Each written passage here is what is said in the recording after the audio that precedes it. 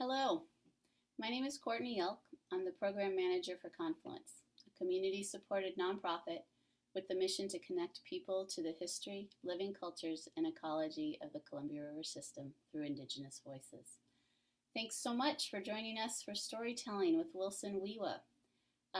We're right at 3:30 and a lot of people are still signing in as we speak, so it's always fun, especially an event like this, when we get people signing in from all over the country and around the world to hear where you're from, who you are, share your name and where you're signing in from in the chat, and we'd love to take a look.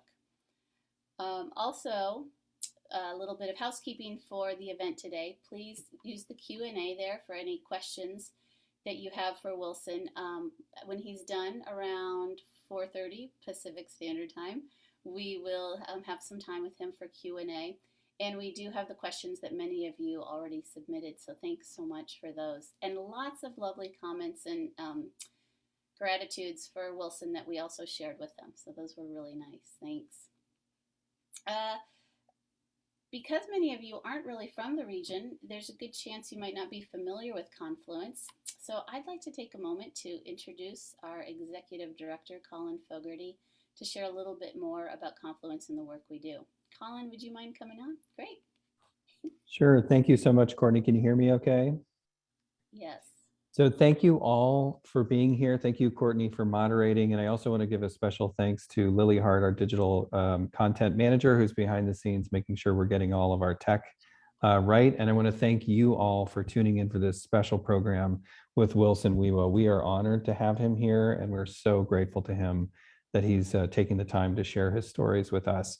Confluence is a community-supported nonprofit with the mission to connect people with the history, living cultures, and ecology of the Columbia River system through Indigenous voices. And Confluence began as a response to the Lewis and Clark Bicentennial as a way of connecting people with the Native side of that story. But over the years, and it'll be 20 years next year, Confluence has really grown into an educational organization. So we bring Native artists into schools.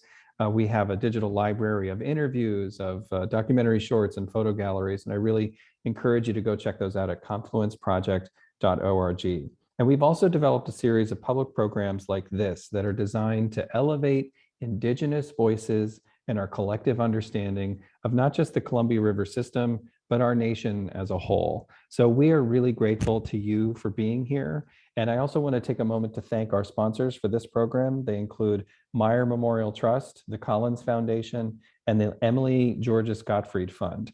And we'd also like to give a special thanks, because I know a lot of them are on this call right now, to the Friends of Confluence. We can only do this work because of the Friends of Confluence who donate to support this work monthly or once a year. And if you are interested in becoming a friend of Confluence, we are right in the middle of our annual appeal, and I'd really encourage you to do that. Confluenceproject.org is our website, and there's a very easy link there.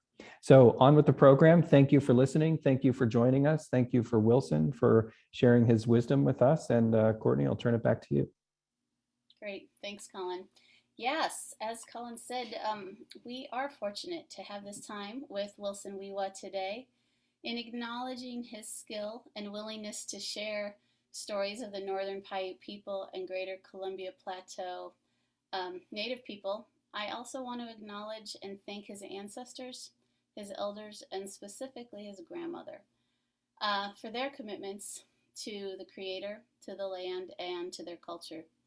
Without their intent and perseverance, these stories, these powerful cultural tools that have been crafted over millennia would not be here, continuing to teach ways to live in relationship with the world and ourselves.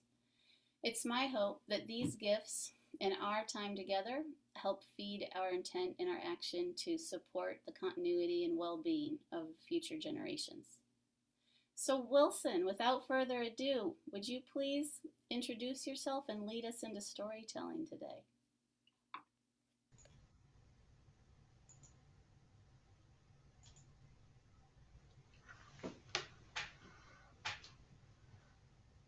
Isha wamwa inana wa wamano na yao Wilson wiwa mnania inawunania wiawiwa I mumwara patolo. I'm glad to be here. Good afternoon, each and every one of you that have chose to join us today. I'm very humbled to know the number of people that are signing on and continuing to sign on at this time.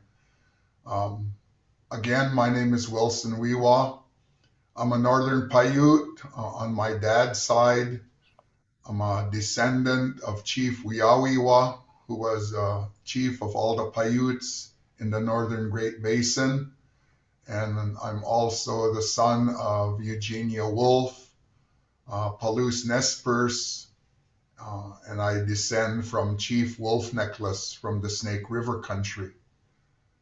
But my education came mainly from my grandmother, my dad's mom, who I traveled extensively with as a young man, fresh out of high school. I enjoyed playing stick game or hand game, and that opened the door throughout the Great Basin and throughout the plateau to meet a lot of elders from the Northern Paiute tribe. And it was wonderful to sit at their homes in those days, to listen to the history, to the lifeway stories, to the gathering pursuits, the hunting stories, the fishing stories, the making of ancestral technology, and also to listen to their small pieces of legends that they remembered, and then hearing others, elders tell the same legends. And then at some point in my life, being able to connect pieces of legends to make a full legend based on the comments of those elders that told them. So it was really a very educational pursuit for me to be introduced to elders who were in their 80s and 90s back in the mid 1970s. And they were my teachers. And all of them are gone now, but their stories, their life ways, their histories are all embedded in my memory. And I always enjoy sharing what I know with the people that are interested in learning more about our culture. Today, thanks to technology, I'm able to share to, at this point, 184 people have signed in currently, and I hope there's some more signing on. And we're able to share across a wide range of people that are in, which we would never be able to do in the past.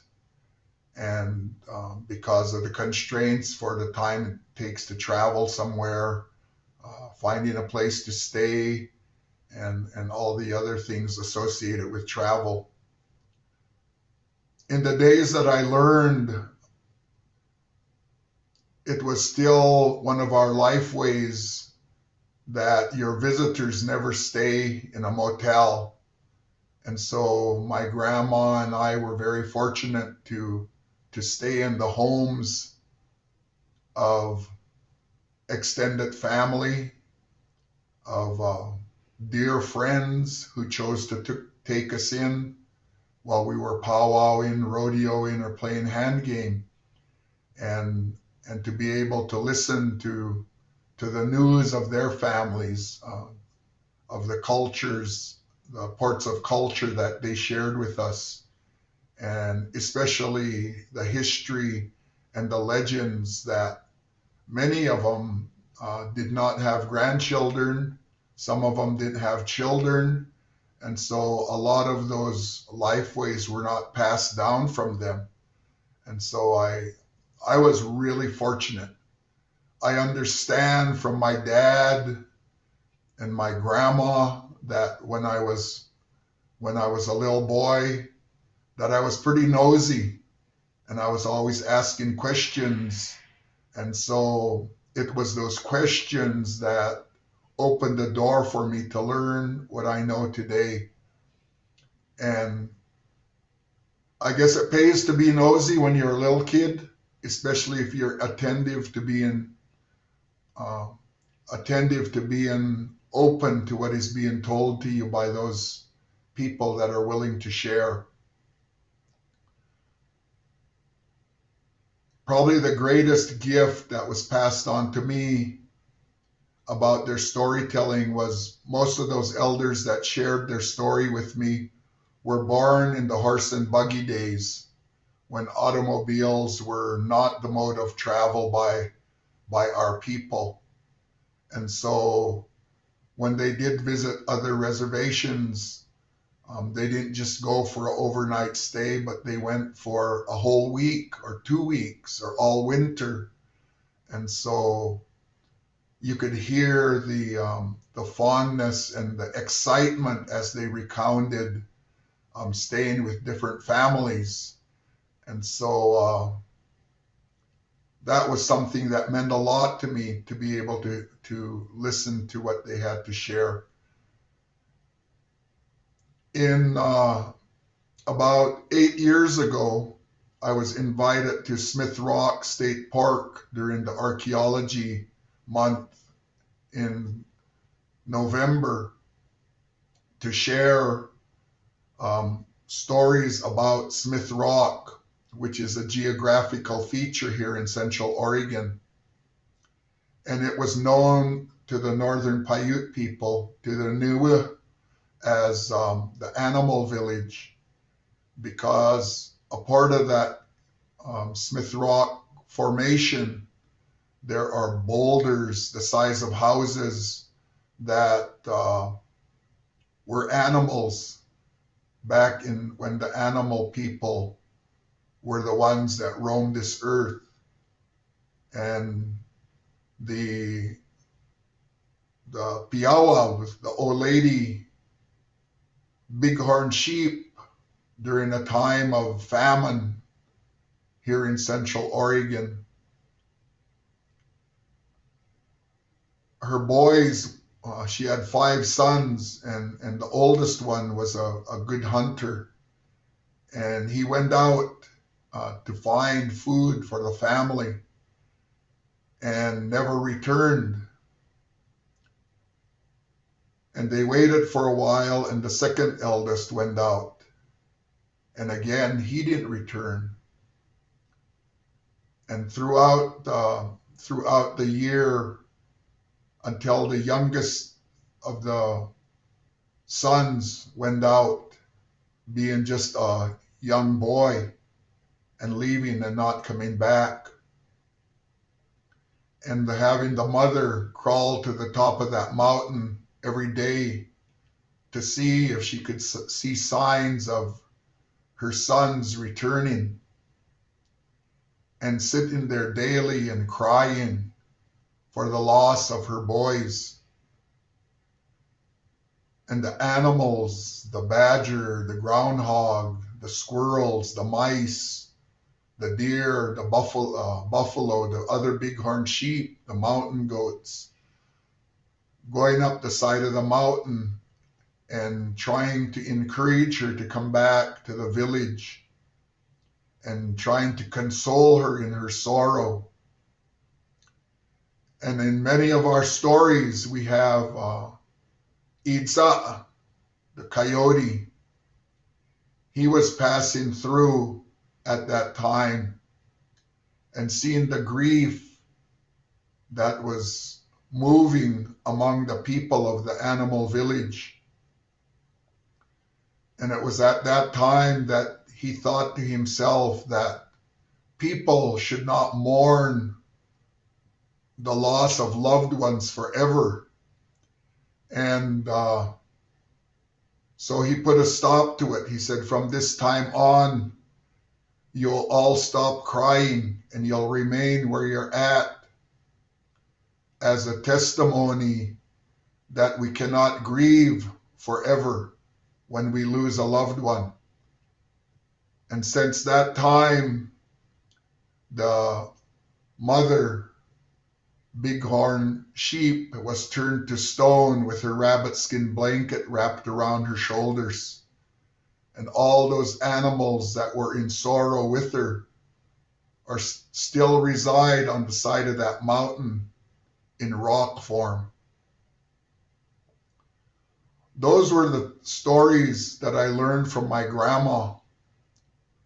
My grandma was born in 1882 and she passed away in 1987 at the age of 107 years old. And so it was really awesome for me and my family to hear every year, sometimes 4 or 5 times a year, having her share the same story over and over with us. And that's how those stories became embedded in my mind, was hearing them repetitively and never forgetting them. Never thinking that at some day that I would become an elder and start telling my grandsons the stories that my grandma told me. And then recounting those stories in public as part of an archaeology month. And then having non-natives be interested in the oral tradition. Because as we know, everything that Indian people have transmitted for over 100,000 years has been transmitted by word of mouth.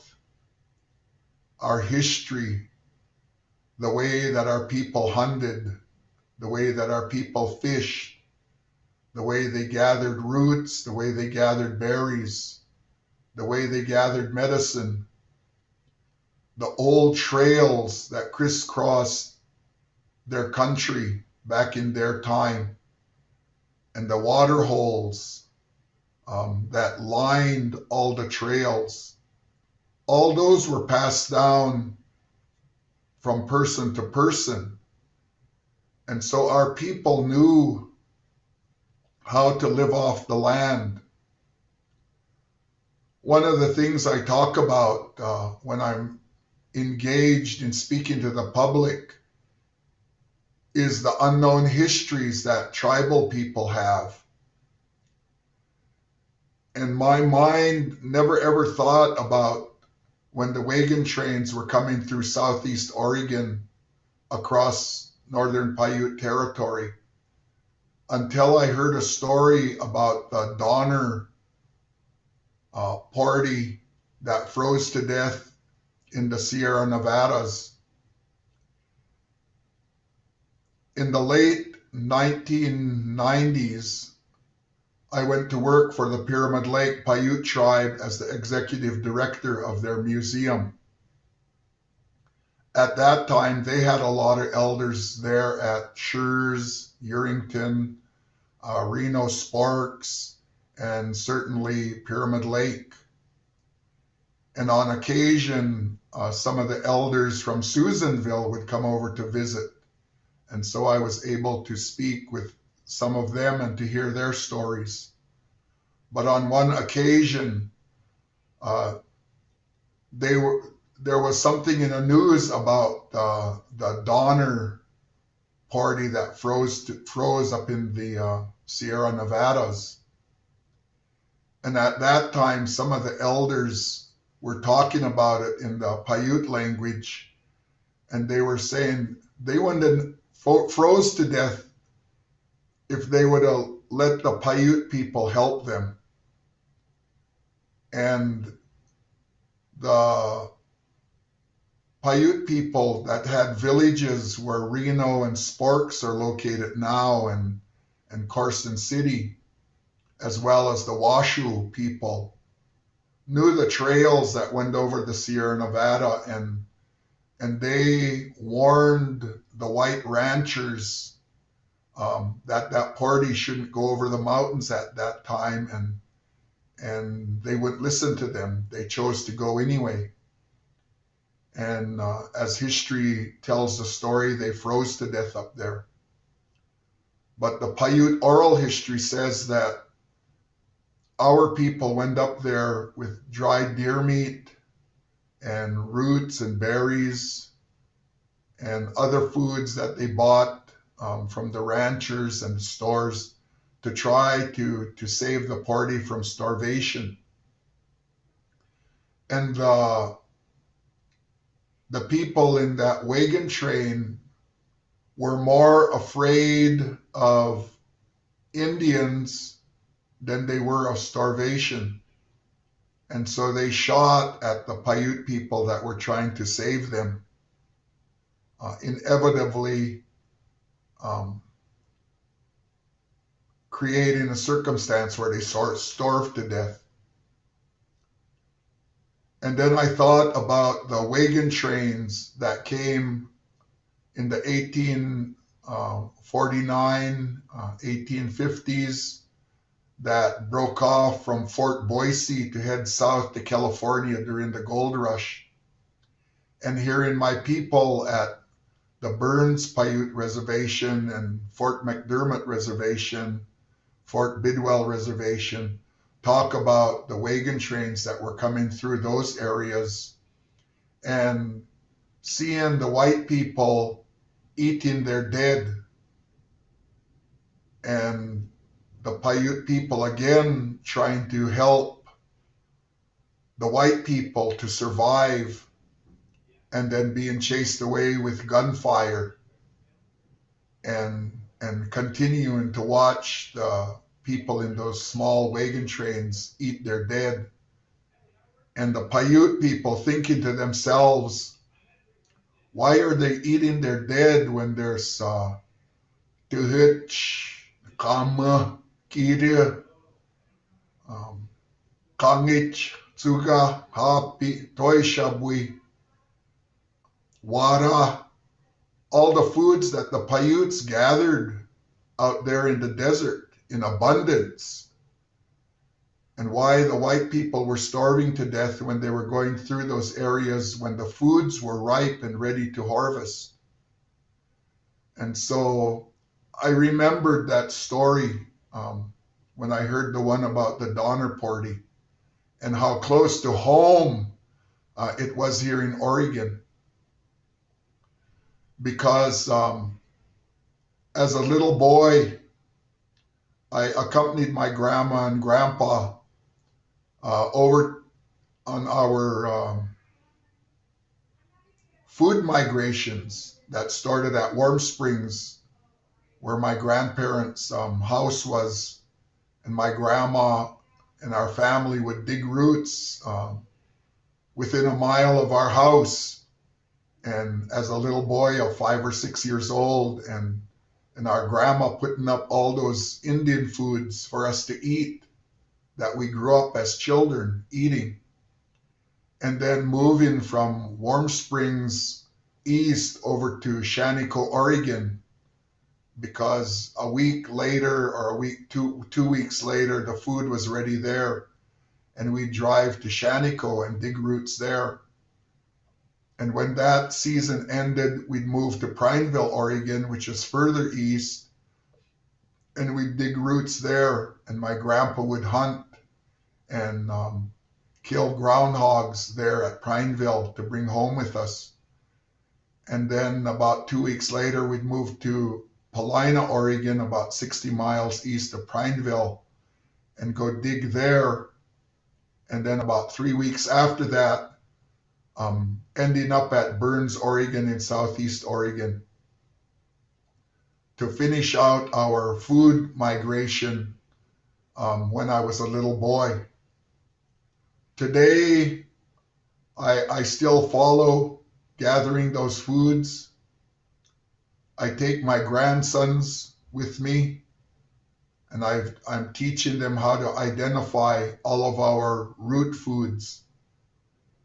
And I point out the places, as many of our native people know, that back in those days when our people died on the trail, they were buried out there in our Aboriginal countries. And my grandma pointed out areas where there were burials at, with the warning that always remember that we have people buried out here in the desert. And if you ever hear about the farmers or ranchers or people finding them, go and protect our people. Go out there and tell them those are historic burials, and always protect them, because they were our relations. They were our people. And so I'm always vigilant on that part of it when I go out into the desert to gather our foods and medicines. And as a part of my wanderings during the food cycle, I remember the many legends that my grandma told, and the geographic names in Central Oregon of our mountains, of our canyons, and our pictograph and petroglyph places, which were our holy places. Today, even our own people, the Northern Paiute people, and even other tribes, our children don't value the sacredness of our pictographs and petroglyphs. They don't value the sacredness of the springs that are out in the desert that provided life for our people, the pure, cold drinking water that was a medicine for our life. And so I always keep those stories in mind when I'm out in the desert and gathering in the foods. Through my travels, like I said, I learned a lot of stories, and it was wonderful to be able to learn that. I think one of my most favorite story that has a song associated with it, which is another story in itself, because I knew the story of the little fat jackrabbit girl that was being raised by her grandma. I knew that story from a little boy. And like I mentioned earlier, I used to travel to the rodeos, the hand games, the powwows.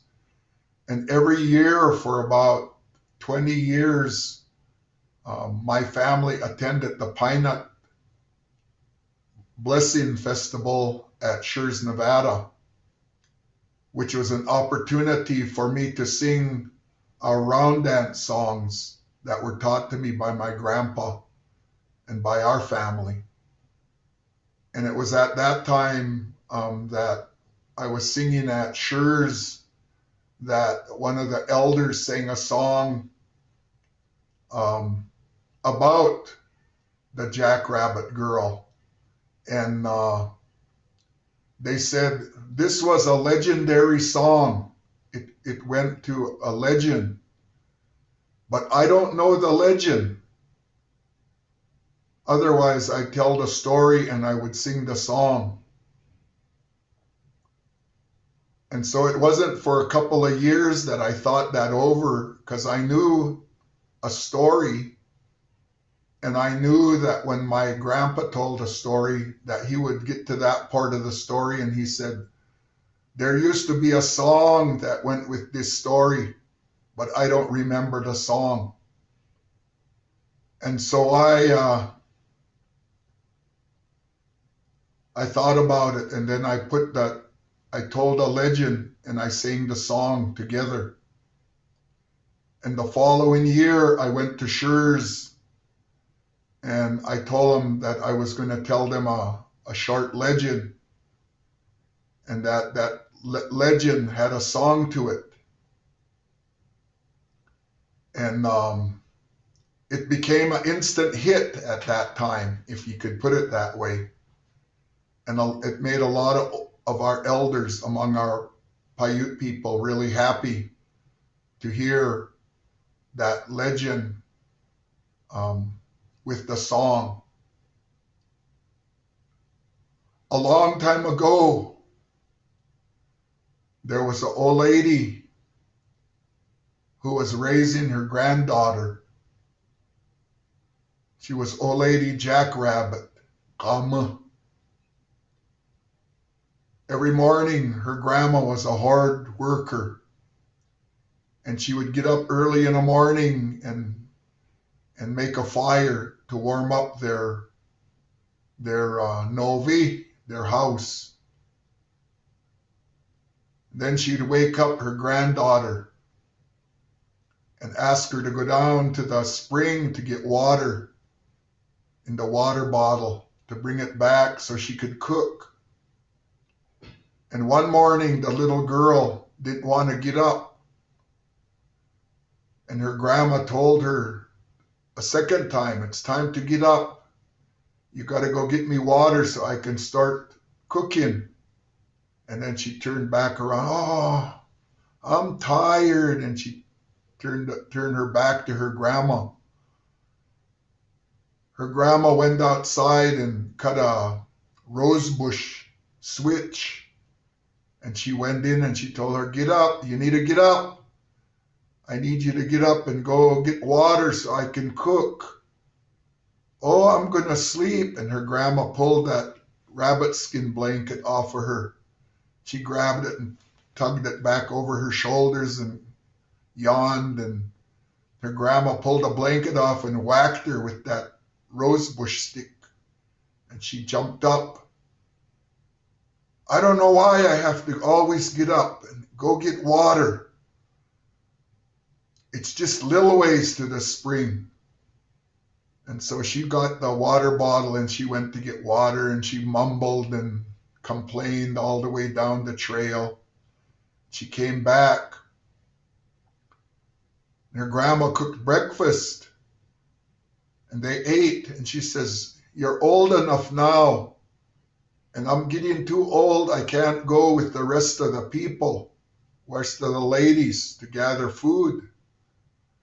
So you're going to take the baskets and you're going to take the digger and you're going to go with them and gather whatever you can today. That's going to be your work now. Oh, I don't want to go. I don't like to go. That's all day. They stay out there all day and get food, and I don't want to be gone all day. So they finished eating, and the people started heading out with their baskets and their diggers.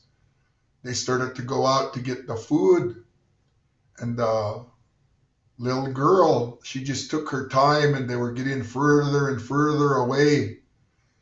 And she was thinking to herself, well, if they get farther away, then I won't have to go.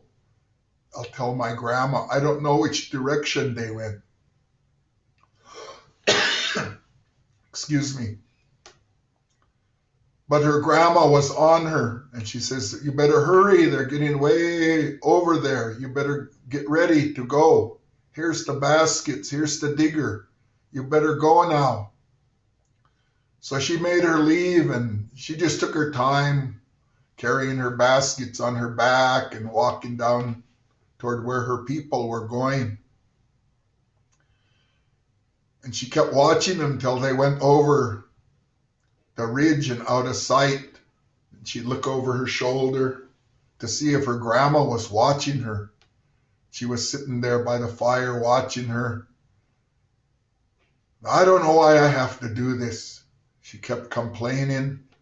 She finally got to the ridge, and she looked over, and she seen the people way far away going.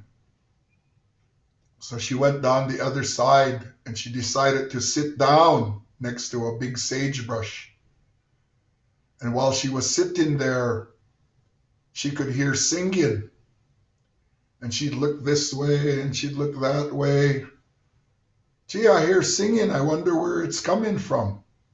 She stood up and she'd look. Her ears would move back and forth, trying to figure out the direction that the singing was coming from.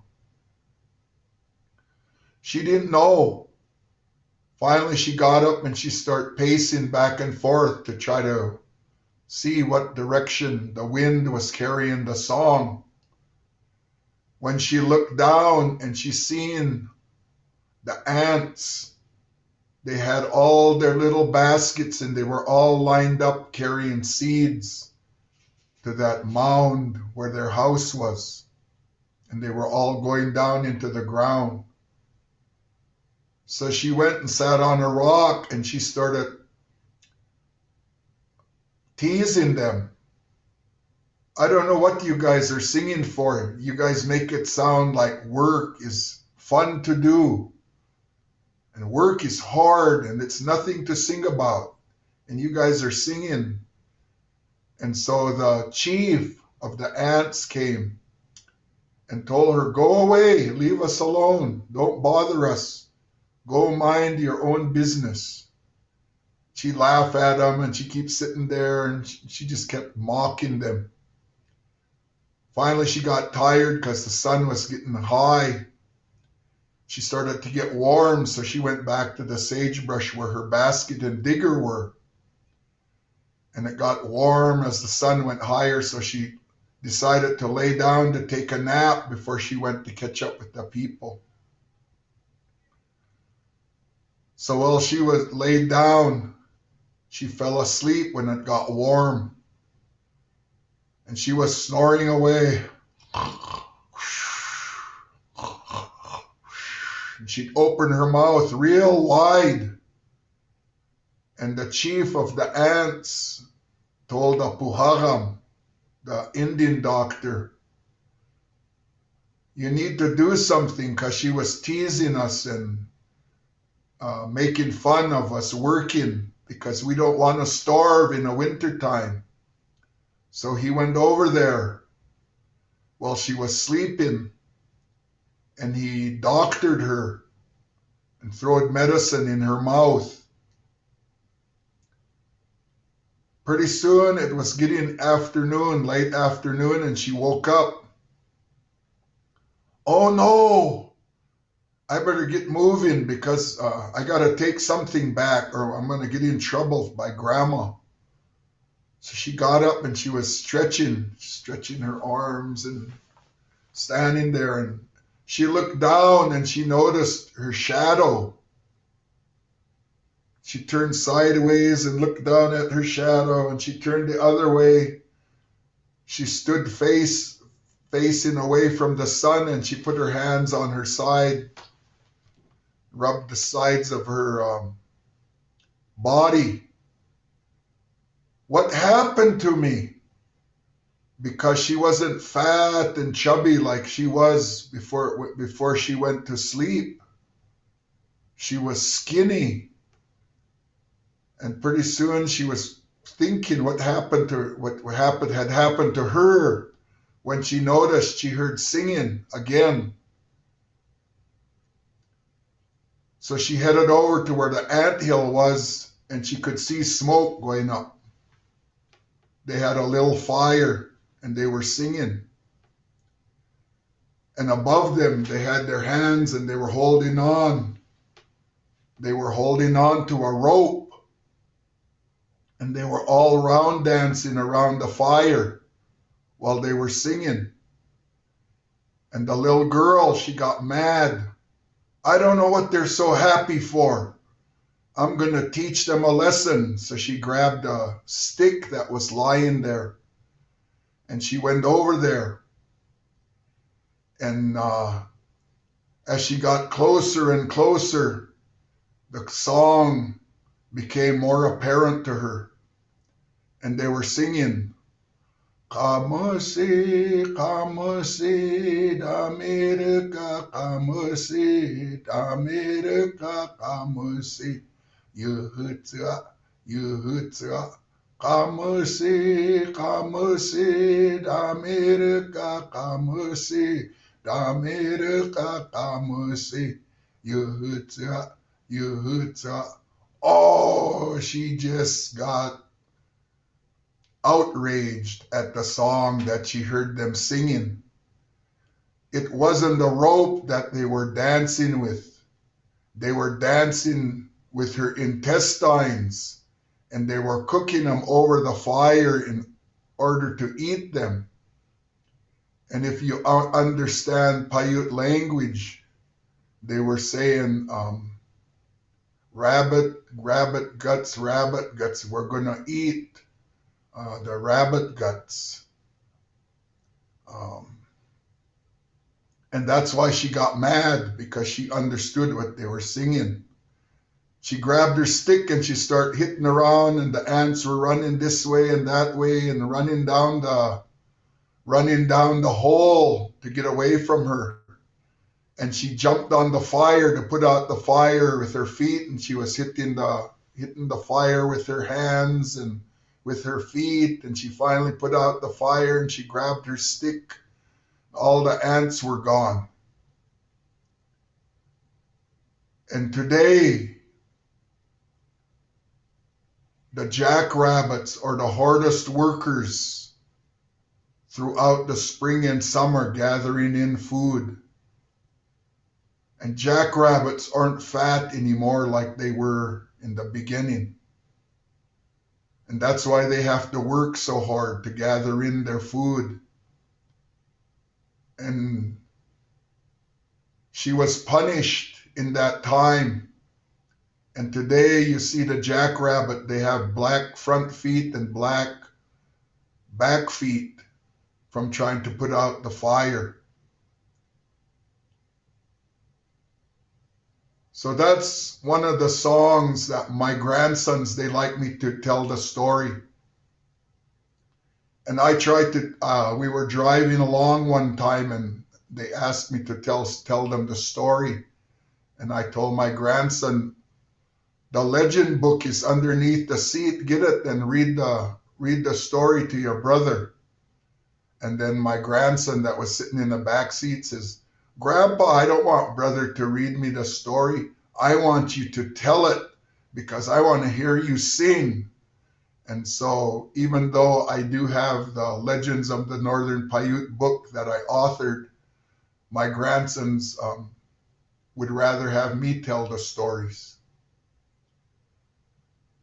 There's another story in the book that has a song to it, and that is one of the fallbacks of writing down our culture is many times there are melodies that are sung as part in the transmission of those stories. And we lose those when you put it into writing. And that's why it's important for us to keep the oral tradition alive and to make an effort to sit down with what little resources our elders that we have that still know the stories. That way we can teach them to our kids.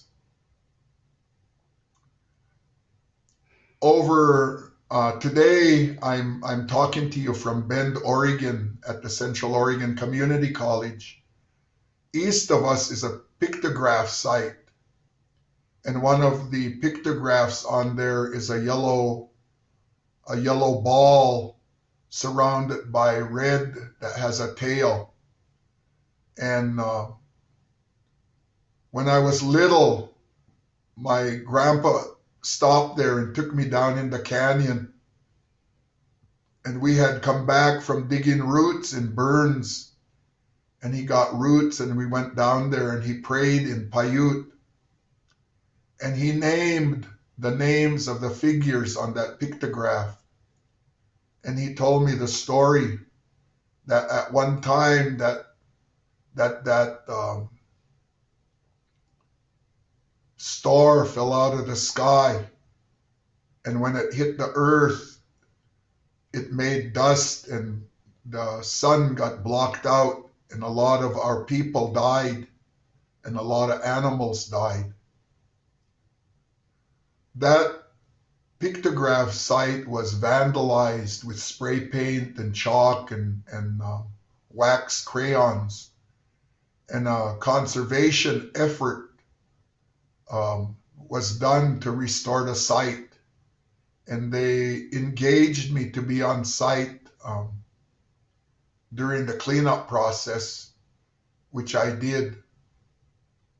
And we had a professor from one of the universities over there, and I told a story about that particular image, and was chastised because they said no meteorites have ever hit in Oregon that would cause a dust cloud to blot out the sun and kill animals and people. And about 20 years ago, down in California, they found evidence that a small meteorite did hit the earth and caused a cloud that blotted out the sun and killed animals and people. And I was really wishing that I was at that university to say that science proved our oral tradition as they pertain to pictographs and petroglyphs. I wish I could have been there to point the finger and say, I told you so. Because our legends or our histories, when they tell the stories about our mountains, those are a history of how long our people have been on this earth. There are legends from the plateau, the Columbia River Plateau, that talk about the mountains that are on the Cascade Range when they were people and they had a war. There's a mountain in Washington State called Mount Adams, and just south of the Columbia River on the Oregon side is a mountain called Mount Hood. And a little to the northwest of Mount Hood is Mount St. Helens, and a little southwest of Mount Adams is Mount St. Helens. And she was a woman, a very beautiful woman, that the two male mountains fought over. And in their fight, they asked their relatives from the south to help Mount Hood. And the Mount Adams asked his relatives to the north to come down to help him to fight Mount Hood. And so as they followed the trail from the north south to the Columbia River, and the mountains from the south followed the trail north to the Columbia River, they were hurling spears with fire at the end of them at each other and shooting arrows with fire on them at one another as they went closer to the Columbia River. And Coyote was going along and seen the big fight. And he's seen some of the mountains that were very large mountains here in Central Oregon. He's seen those mountains be destroyed as their tops were knocked off of them. And he said, this can't happen. They're destroying the world that I created. And so he said, from this day on, you're going to be turned into mountains. And so they were turned into all the mountains on the Cascade Range. Among the Plateau tribes, all those mountains have names in the Ichishkin language, Sahaptin language, that gives them an identity from the time that they were people.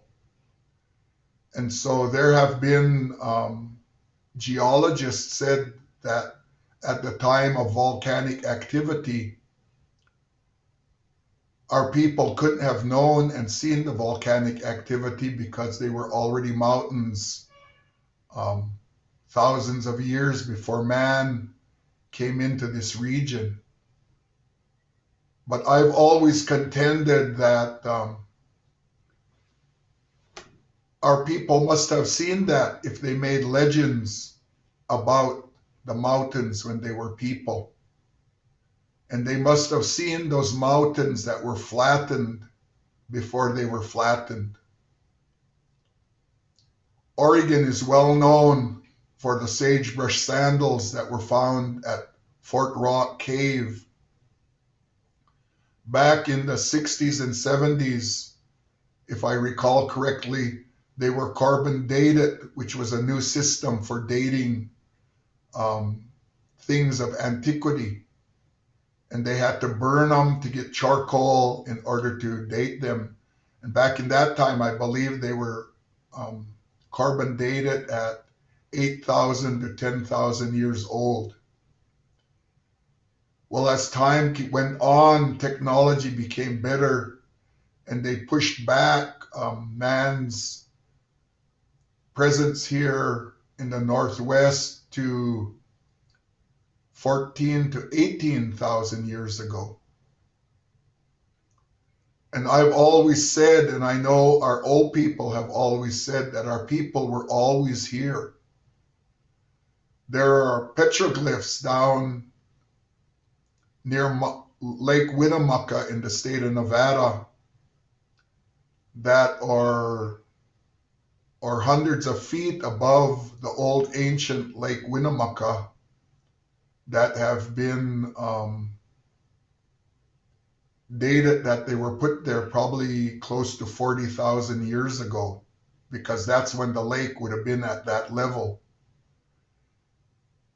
And more recently, about 15 years ago, they were doing some work at the La Brea Tar Pits in California, and they came across mammoth bones with incisions that could have only been put there by sawing with flint or obsidian.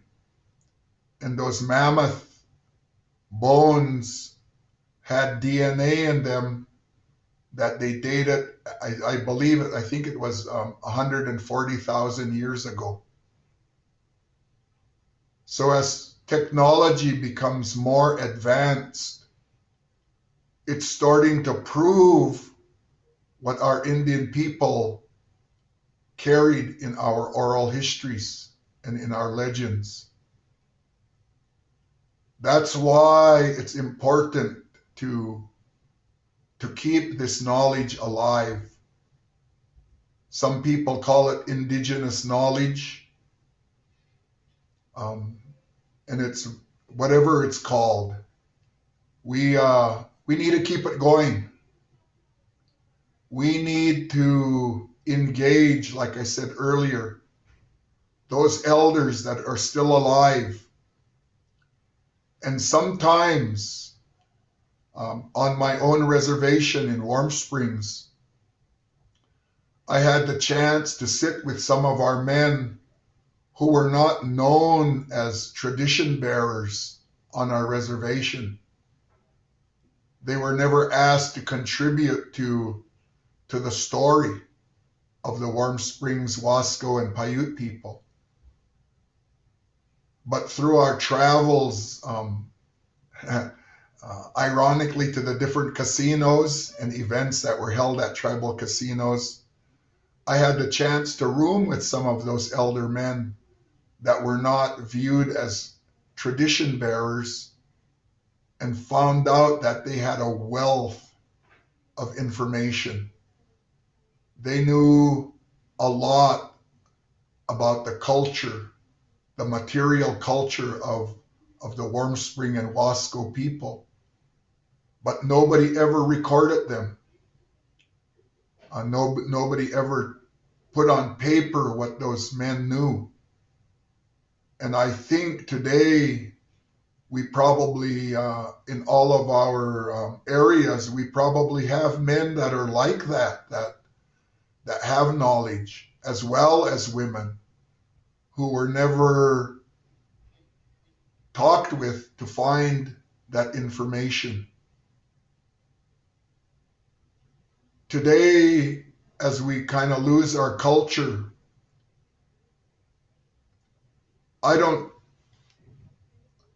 say a lot about how our culture used to be, but in the times past, when I listened to my grandma and to our old people, they used to always say, when you go to an elder and ask them to tell you about hunting or fishing or digging or gathering, or if you go to an elder that gathers medicine, never go empty-handed.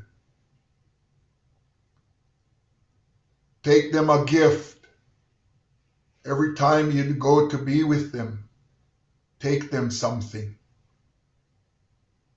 They'll appreciate that you're coming not just to take, but also to give. And I very seldom ever say that, because as an elder, I think to myself, probably like many of our elders, I think to myself that the younger people are saying, oh, Wilson just wants to be paid. And that was not the spirit of why our ancestors and our grandparents and great-grandparents, that's not the spirit of why they did things the way they did them. It was a way of taking care of those elders. Like today, even though I'm 65 years old, if it's my intent to go sit with an elder, I will take them a jar of huckleberries, or a jar of choke cherries, or dried choke cherries, or dried roots, or dried fish, or dried deer meat. Because we're in a modern world today, I used to refrain, because our elders used to frown on it. They used to say, don't go there with money.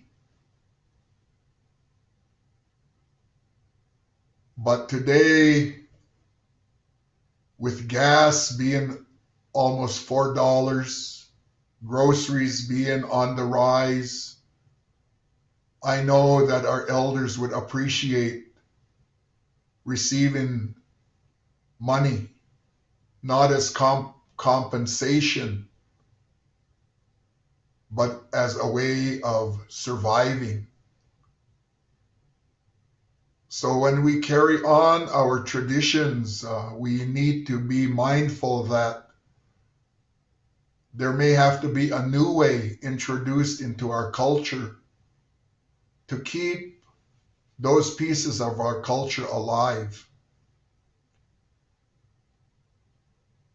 So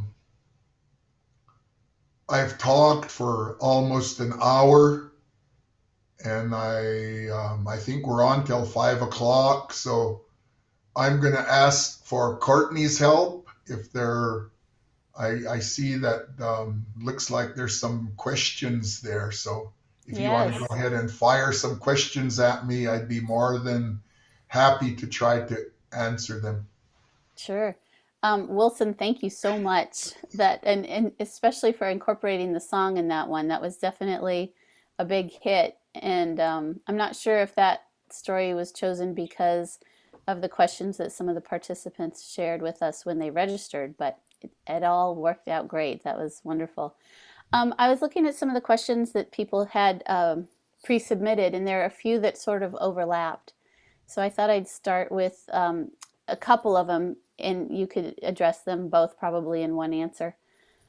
But one participant asked, what are the most important things to teach the youth of this time?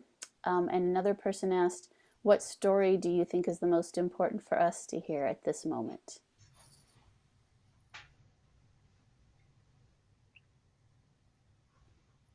Can you repeat the first question? Yes. What are the most important things to teach the youth of this time?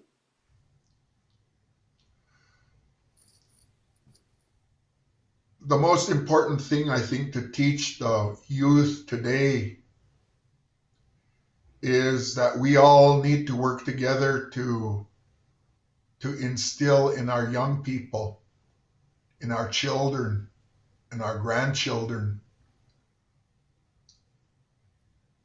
a sense of self-identity, who they are, their genealogy, where they came from, a sense of our connection to the land. Because when you know who you are, you'll know your place on this land. When I was a baby, and it was the same way with my cousins, or to my cousins, one of the things our grandma did to us was she got dirt, she put it in her mouth and made it into mud, and then she put it in our mouth. And as time went on, she did that with all of the Indian foods, the salmon, the deer meat, dried deer meat, our roots, our berries. And when we got older and we found out that those things happened to us when we were babies, it was kind of like, oh, gross. Can't believe grandma did that. But our grandma told all of us, that is so you'll never forget where you come from. You could go to California, you could go to New York, you could go to someplace around the world, but you'll always know where home is. And when you die, you'll come back home. And so I think that's the most important thing to teach our children, even to non-Indigenous people. I have had college students, I've had associates that work in the field of aging, that were non-native and break down in tears during some of the conferences and listening to our elders speak. Some of the tribes, when they introduce themselves in the language and they name where they're from and the land that they inhabit, and the non-natives actually being brought to tears because they don't know who they are. And for some of them, that began a journey for those non-natives to look at their genealogies. And within the past 20 years, I think several of them have thanked the Indian people for encouraging them to search for who they were. And some of those non-natives have actually gone back to Ireland, France, Russia, India, South Africa, the ones that I know of so far, to get a sense of where they were from. And even if they couldn't track their full genealogy to the origins of their families, I think the common theme for the non-natives was they had a sense of self and where they were from. And that's the way we have to be as native people, because it's been less than 150 years since our lives have been changed forever. Many of our tribes have lost their languages. Many of our people within the tribes have lost their culture. And it's up to all of us to give that identity back to our children and to our grandchildren, and even to ourselves. Because learning is not in the academic sense of going to Head Start to a 6-year university to get a degree that shows how smart you are. Among our people, learning is from birth until death. And I used to hear my teachers that were in their 80s and 90s,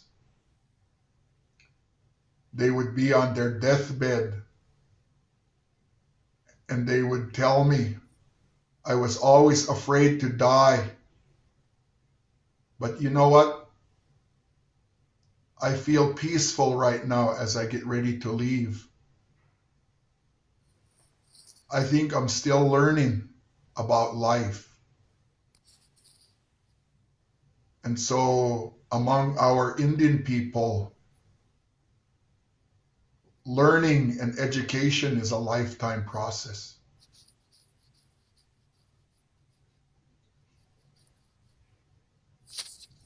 Thank you.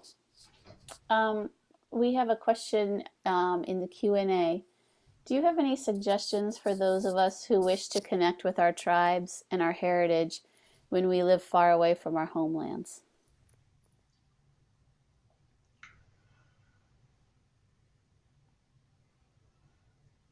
I think one of the close to the greatest thing than having elders to help you to learn who you are.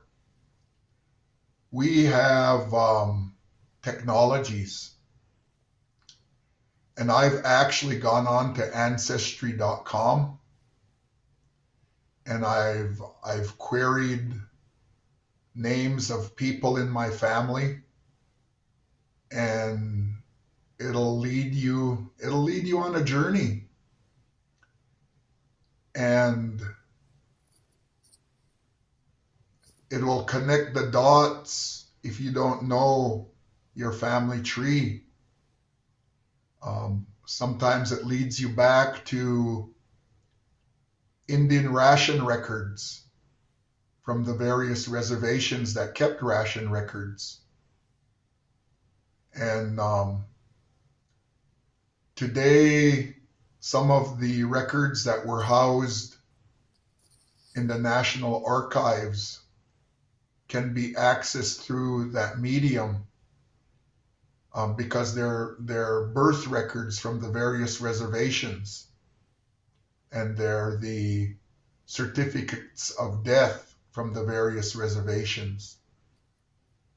And so I'm using that technology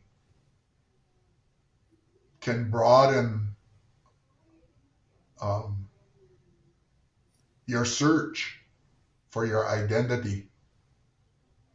And for those of you that may have never used that, it can also confirm things that you may already know. In my case, I found out that apart from very well-known personages within my family, I found out that they had brothers and sisters that had Indian names that my family never talked about for whatever reason. And so my family grew, and my family tree grew because of that. But as you're aware, you have to have very precise information so that you don't. You look on there, there's probably over 10 million John Smiths in the world. So you have to be really careful about those searches. But I know that that's one of the ways. If you know where your parents were enrolled, and maybe they weren't enrolled, but your grandparents were enrolled, starting your search at that particular reservation would be a good suggestion. Thank you. Another participant was curious how you would frame the climate emergency we're facing. You know, there are many of our tribal nations that had prophecies that this time was coming. And it warned us that the water was going to dry up and that the land would turn to dust, and that we needed to take care of what we had left in that time. And I look upon, we have a prophecy song because I am the spiritual leader for the Confederated Tribes of Warm Springs, and I'm well known on the Columbia Plateau by all the longhouses. And one of the songs we sing, which is a prophecy song, talks that the world is going to dry up and it will be burned with fire before it'll renew itself. And I fear that song, but I also praise that song because it was a message left by our ancestors for us. And so all those things you heard me mention, the land and everything that grows on the land, even as insignificant as some of you may think that those plants are, sagebrush, juniper trees, rabbit brush, manzanita, whatever it is, some of you may not think there was a use for those things.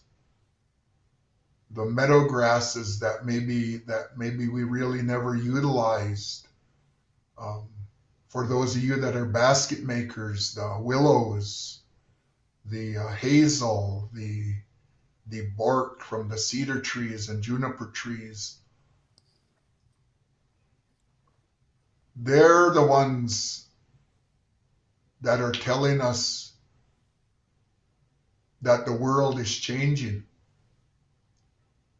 The migration patterns of our elk, our deer, our groundhogs, our jackrabbits, our whatever foods that your people ate, some of their migration patterns are changing because the things that they eat are disappearing.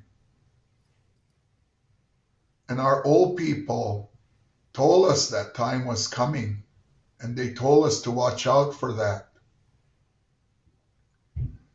In my time, my grandma, my grandpa, my dad, my uncles, my aunts, the elders that I learned from, we could look at the Cascades now at this time of the year and know that we were going to have a good snow in the mountains.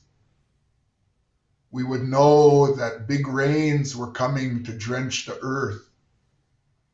And we knew to get prepared for a hard winter or a mild winter. And then when spring would come, we would know what areas were going to be full of foods for us to gather. But because of climate change and the things that are happening, we can't predict those anymore by looking at the sky.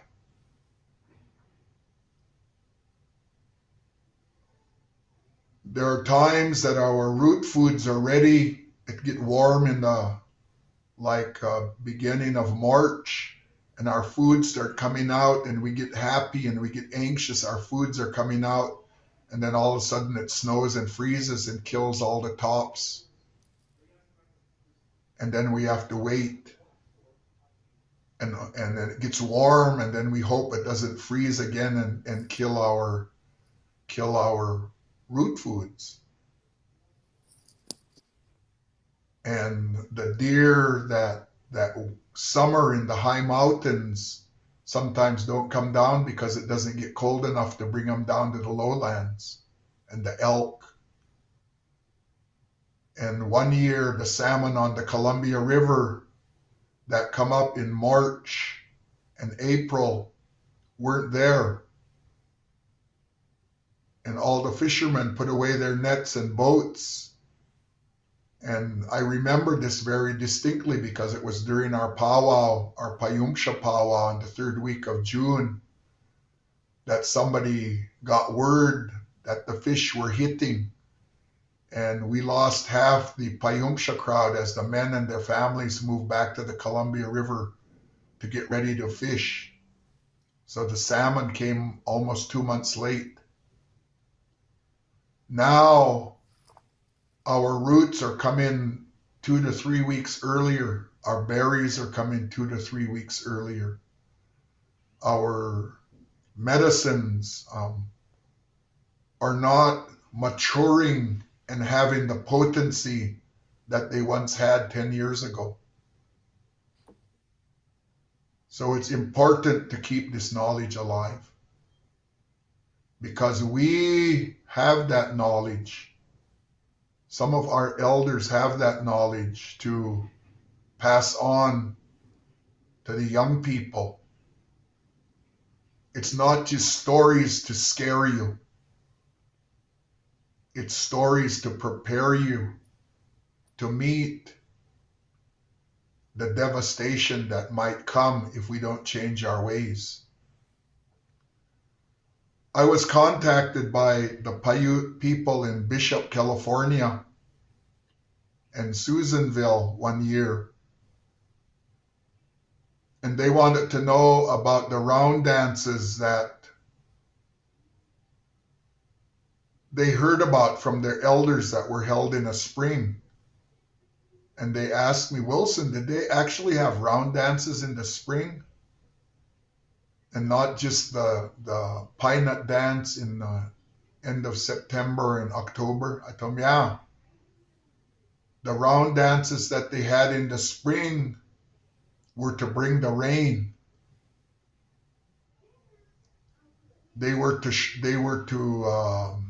in more modern terms, our songs were supposed to echo across the land to show the animals, to show the plants, to show the water, to show the clouds, to show the wind, that we did not forget who they are and the place they hold in our lives as Indian people.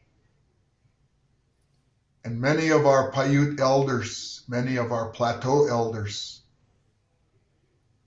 have a message that if we forget our songs and we forget our language, that time that the land will dry up is going to come faster. And so we have to sing the songs. It's the Creator's mandate, it's His law, it's His command that we continue to sing our songs of whatever tribe we belong to, or else the end time will come for our people.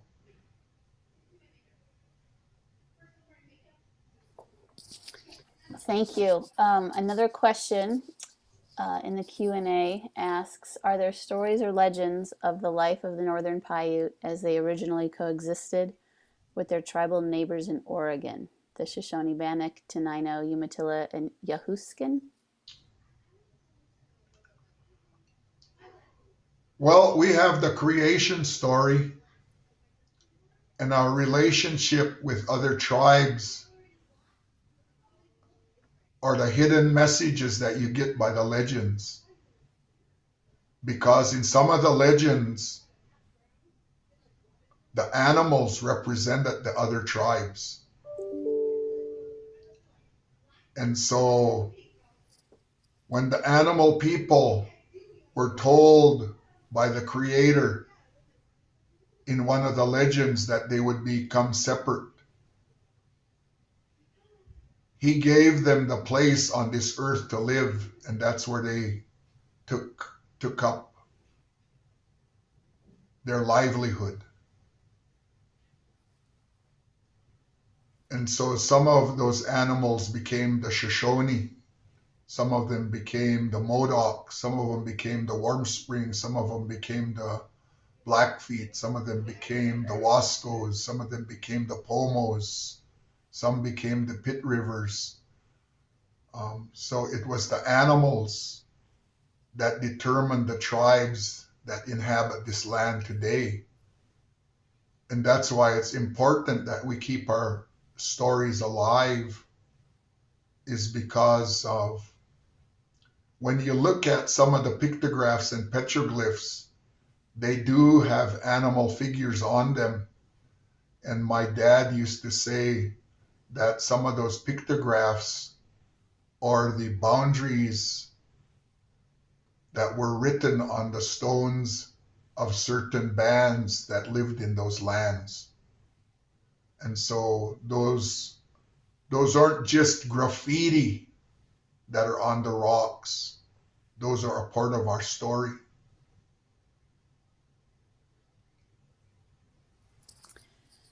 Wilson, are there any recordings of you sharing stories in Paiute? No. My book was the first attempt to document for my people something that I would leave behind for the future. I attended a cultural gathering at Burns Paiute Reservation back in the 80s. And one of the worries the elders had was one of the elders that shared was so exasperated because she was continually arguing with her kids about our life ways. And her kids were telling her, well, that's not what this book says. And she would tell her grandchildren, I'm not a book. I'm still living this life. I went with my grandparents that lived this life. That's why I'm trying to teach you the right way, to teach you the things that you need to know, Those books are written by white people. They don't know. And so she was one of the ones that encouraged me. Wilson, if you don't tell our story, our children are going to always depend on the white people's story. And that's not the truth. So I encourage all my Native brothers and sisters, my uncles and aunties, my grandpas and grandmas, my brothers and sisters, that at some point you are going to be the one that's going to keep the story alive by recording and by writing down our story the way that it was meant to be heard.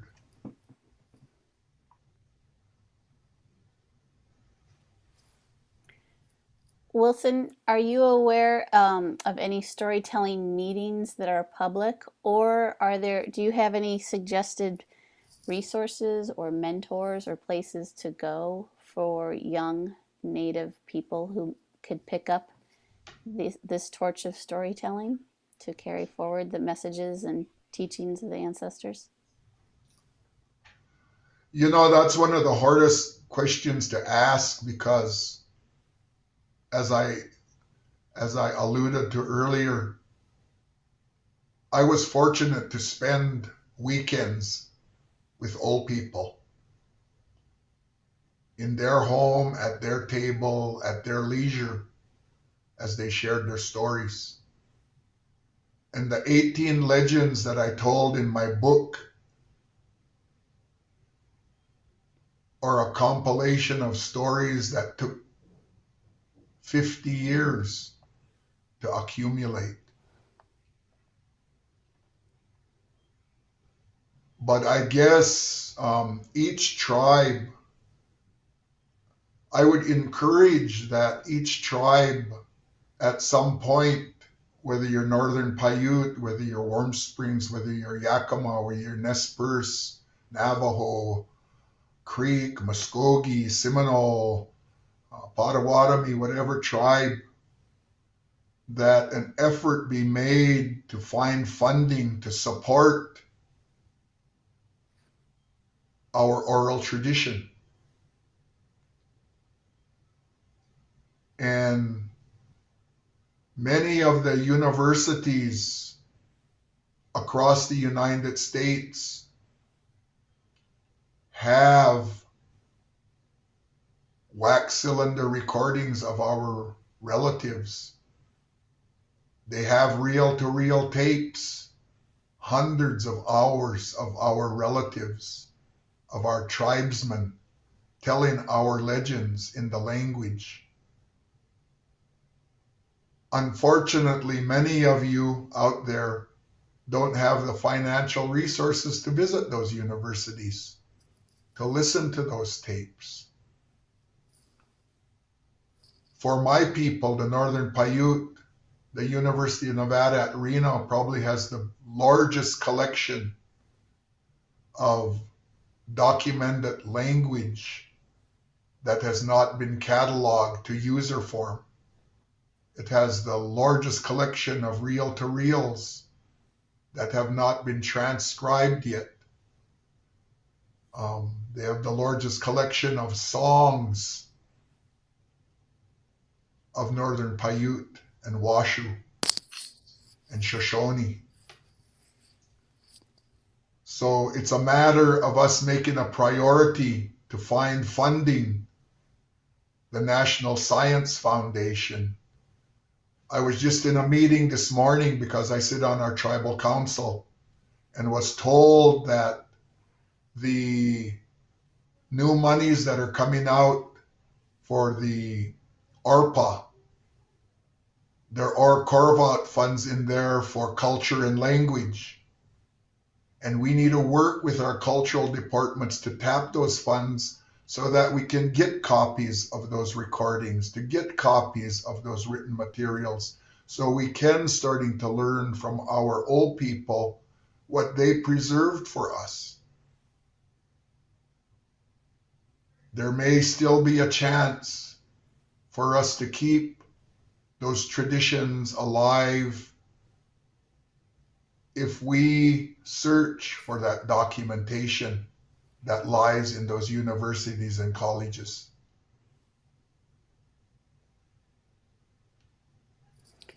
That is a source of hope.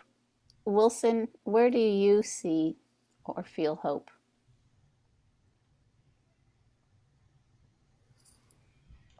Where do I see hope? Yeah.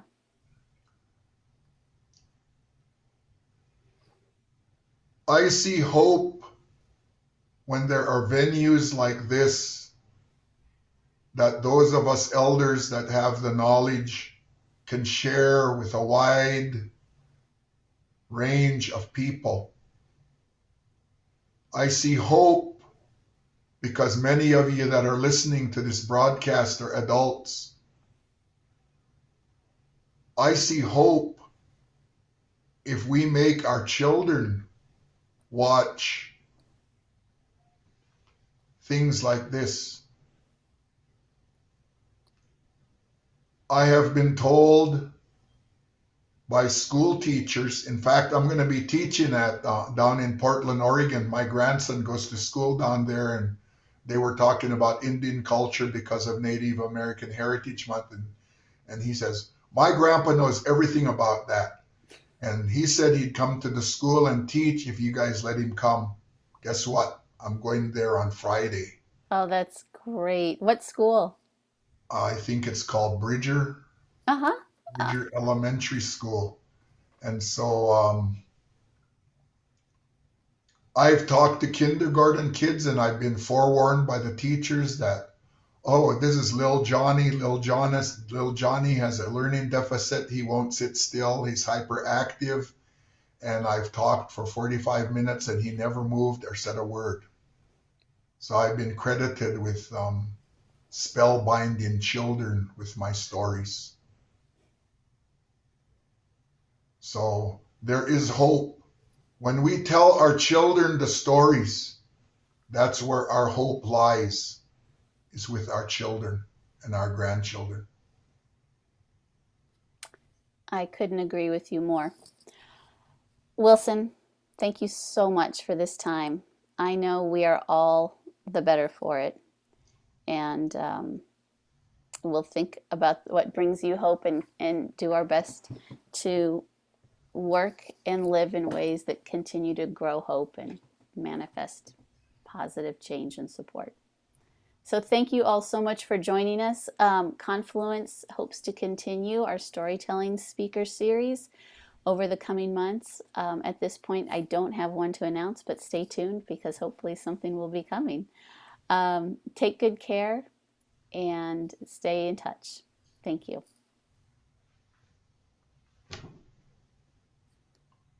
Sa oponiro ay inanuano pupuam.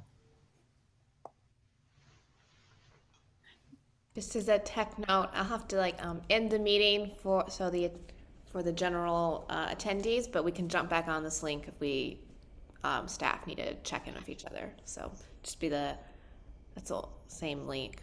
Okay, thanks, Lily. Thanks, everyone. Take care. Wilson, if you have a minute, jump back on. If not, I'll talk to you soon. Lily, if I could stay on here, because if I jump off, I might not be able to get back on. Oh, that's a good point. Let's see, we're still live streaming though, so let me just stop.